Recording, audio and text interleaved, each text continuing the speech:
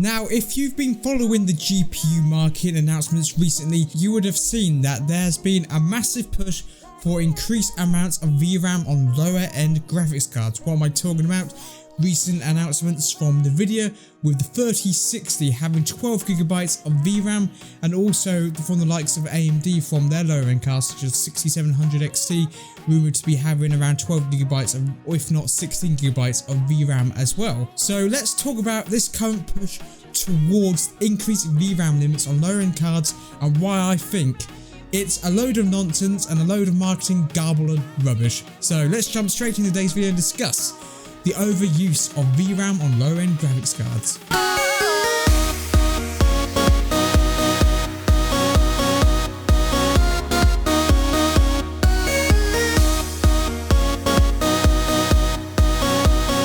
Hey, what's going on guys? My name is Matthew from MOC Tech, and today we're going to be talking about VRAM, not computer RAM that links directly to your CPU, not SSD storage or dedicated RAM for Minecraft server. Yeah, we're going to talk about VRAM on the GPU itself. And yes, I know before anyone comments, why are you talking about having excessive amounts of VRAM on graphics cards? You have NVIDIA 3090 with 24GB of VRAM. And yes, I admit that that is an excessive amount for what I need, but it is the top end card and it deserves to have a high amount of RAM for what this card was targeted for. It was targeted for 4K, 8K gaming, so that amount of frame buffer will come in handy on such a high-end card. But the reason why I'm making today's video is my annoyance this recent move from AMD and NVIDIA has been, and that is putting high amounts of VRAM on lower end graphics cards. What am I talking about? The recently launched NVIDIA 3060, well, I say recently launched, good luck if you get your hands on one because they're very scarce just like every other Ampere graphics card. But the 3060 launched with 12GB of VRAM on a card with an MSRP of $329. And then AMD's also pairing high amounts of VRAM, 16GB of VRAM on their lower end cards such as the 6700 XT, which is launching soon. And I just think that, quite frankly, this is a waste of VRAM chips, a waste of silicon, and especially when there's a current shortage of silicon and VRAM chips and also all sorts of semiconductors in general, I think that this is just a waste of silicon in general, putting 12GB of VRAM on a 3060. Why do I think that this is stupid? Well, let's look at the NVIDIA 3080, the flagship gaming card out of the Ampere lineup. How much VRAM does that have? 10GB. It's crazy to think that they're putting more VRAM on a lower end card such as the 3060 than the 3080, which is meant to be the flagship card. And you may be wondering, oh, why are you complaining? They're giving us, you know, a decent performing GPU with more VRAM, plenty of VRAM, what's not to like? Well, the thing is, it inflates the cost of the card because they're putting more memory chips on it. There is just too much RAM on the cards to begin with, which is just a waste of money, a waste of silicon, a waste of NAND flash chips.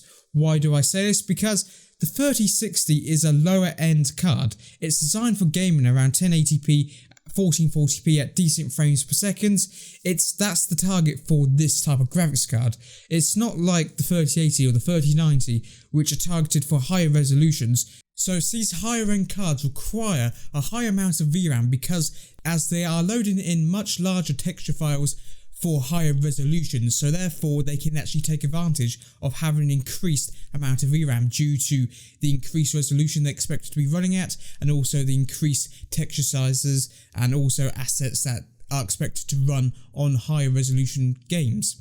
So the higher end cards definitely do need the higher amounts of VRAM due to, you know, the increased texture quality and resolutions that they're going to be playing at. Whereas the 3060 and the 6700 XT, they are going to be cards targeted much lower, especially 1080p, 1440p. And quite frankly, at those resolutions, they're not going to be able to take advantage of 12GB or 16GB of VRAM. And this push, I think, is just an absolutely pointless one. And let's talk about the actual reasons why NVIDIA and AMD are doing this. For the uninitiated in the PC tech space, a lot of general consumers are going to look at graphics cards and think, oh, which I want to buy a graphics card for this price. Let's look at one let's look at this card or this card. I don't quite know the difference, but I know this one's got more RAM, so therefore it must be better. That's the one I'm going to go for because it's got more video RAM. And that is a general misconception among a lot of users of, yes, it's got more RAM, so therefore it's much be better, whereas your actual gaming performance is going to be coming out of the actual silicon, the actual GPU core on that board. And AMD and Nvidia have done this purely for the purpose of marketing and trying to get their cards out there and trying to make headlines and basically say, oh look, our card's got more VRAM, this is great, everyone go out and buy it, look at this. So the only reason why they've actually done this is from a marketing perspective and trying to get more attention, more views, more commercial attention around the fact that they're putting in lots of VRAM, so therefore it's going to make people go out and buy the card for people who aren't quite as tech savvy and don't quite look at the reviews and what these cards are quite targeted for.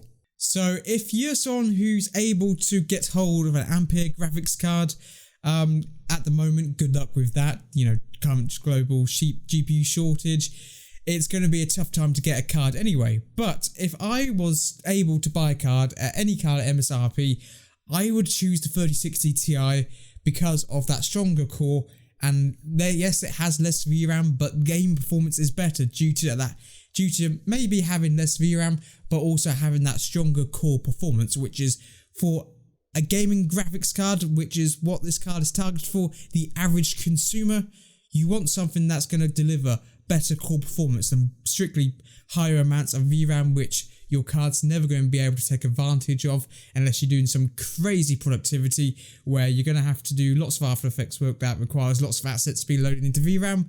But even if that is your use case, 3060 is probably not the sort of card you should be looking at getting anyway. Anyway guys, I hope you enjoyed today's little rant and discussion on the current state of the GPU market with high amounts of VRAM being used more as a advertising and marketing feature opposed to an actual use case scenario, which in my personal opinion is a waste of silicon and could be better used on higher end cards or could even be used to drop the price of the current 3060 so we can get a card with the same performance as the 3060 with lower amounts of VRAM for a cheaper price. That would make more sense in my opinion. But anyway guys, let me know what you think on this topic. Do you agree with me or do you have a different perspective on this situation? Let me know in the comments down below.